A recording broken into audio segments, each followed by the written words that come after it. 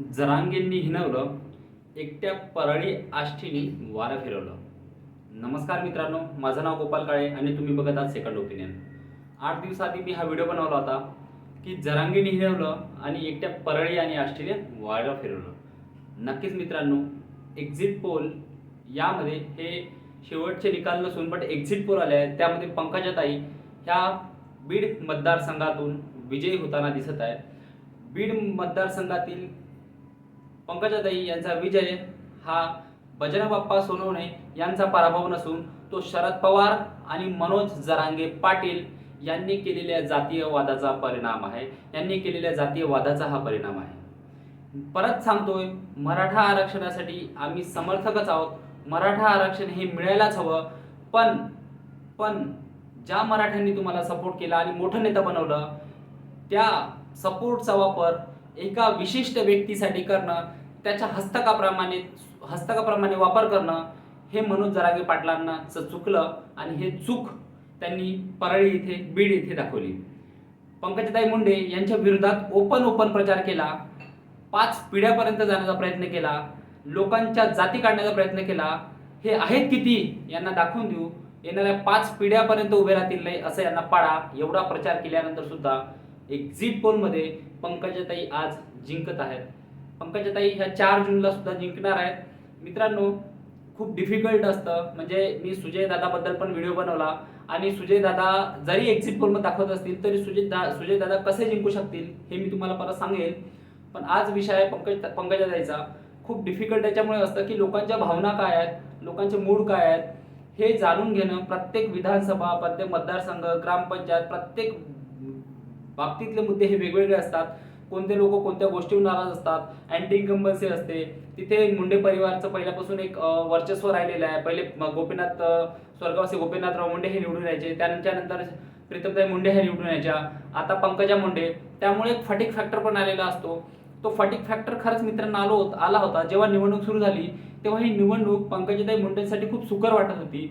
पण ज्या वेळेस बजरंग बाप्पा सोनवणे यांनी जातीयवाद तिथे सुरू केला, एका जातीचे मत ओढण्याचा प्रयत्न केला, त्यांना तिथे दिसलं की मोठ्या प्रमाणावरती मराठा मत मनोज जरांगे पाटलांमुळे त्यांच्या बाजूने आहे, मोठ्या प्रमाणावरती मुस्लिम मत त्यांच्या बाजूने वळत आहे.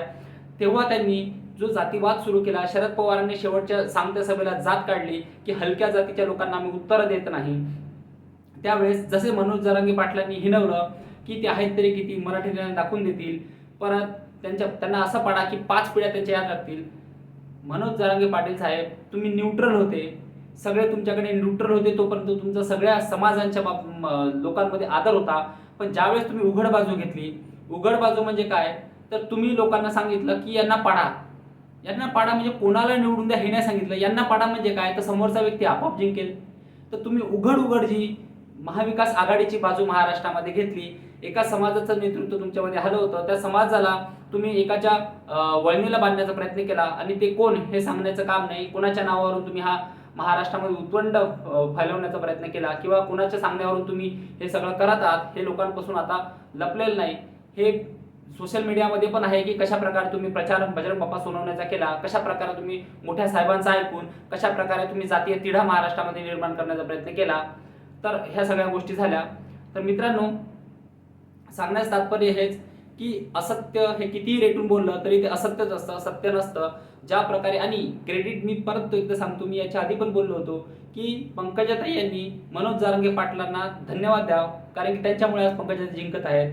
जर मनोज जरांगे पाटलांनी उघड प्रचार बजरंग बाप्पा सोनवण्याचा केला नसता, जर त्यांनी हिणवलं नसतं, जर त्यांनी बाकी कास्ट यांना हिणवलं नसतं, तर खरंच हा पंकजाताईंसाठी विजय हा खूप खूप खूप डिफिकल्ट झाला असता. पण ऑल थँक्स टू जरांगे पाटलांनी ज्या प्रकारचे शब्द तिथे वापरले, ज्या प्रकारचा जातीवाद निर्माण करण्याचा प्रयत्न केला, ज्या प्रकारे मोठ्या साहेबांनी जातीवाद निर्माण करण्याचा प्रयत्न केला, लोकांच्या जाती काढून हलक्या जातीच्या लोकांशी आम्ही बोलत नाही. अरे छत्रपती शिवाजी महाराजांनी 12 बलुतेदार आणि 18 पगड जातींना सोबत घेऊन लढले आणि तुम्ही एक जातीवाद करण्याचा प्रयत्न करता, ज्या जातीसाठी तुम्ही आजपर्यंत काहीच करू शकले नाही.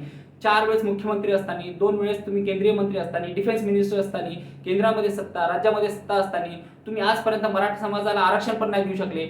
आणि जेव्हा आरक्षण पण नाही देऊ शकले आणि जेव्हा एखादी सरकार जेव्हा त्यांना प्रामाणिकपणे आरक्षण देण्याचा प्रयत्न करते तेव्हा जातीवाद निर्माण करून वेगवेगळ्या जातीमध्ये तिढे निर्माण करण्याचा प्रयत्न तुम्ही केला आणि तो तुमचा प्रयत्न जर बीडमध्ये पराभव झाला तर हा पराभव बजरंग बाप्पा सोनवणे यांचा नसून, कारण की त्यांना पहिलेही माहित होतं की मी पराभूतच होणार आहे.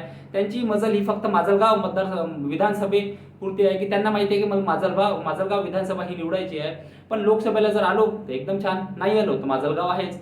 पण हा पराभव शरद पवार आणि मनोज जरांगे पाटील यांचा असेल. थँक्यू मित्रांनो. माझं विश्लेषण तुम्हाला कसं वाटलं हे नक्की सांगा please. Thank you sorry and thank you very much.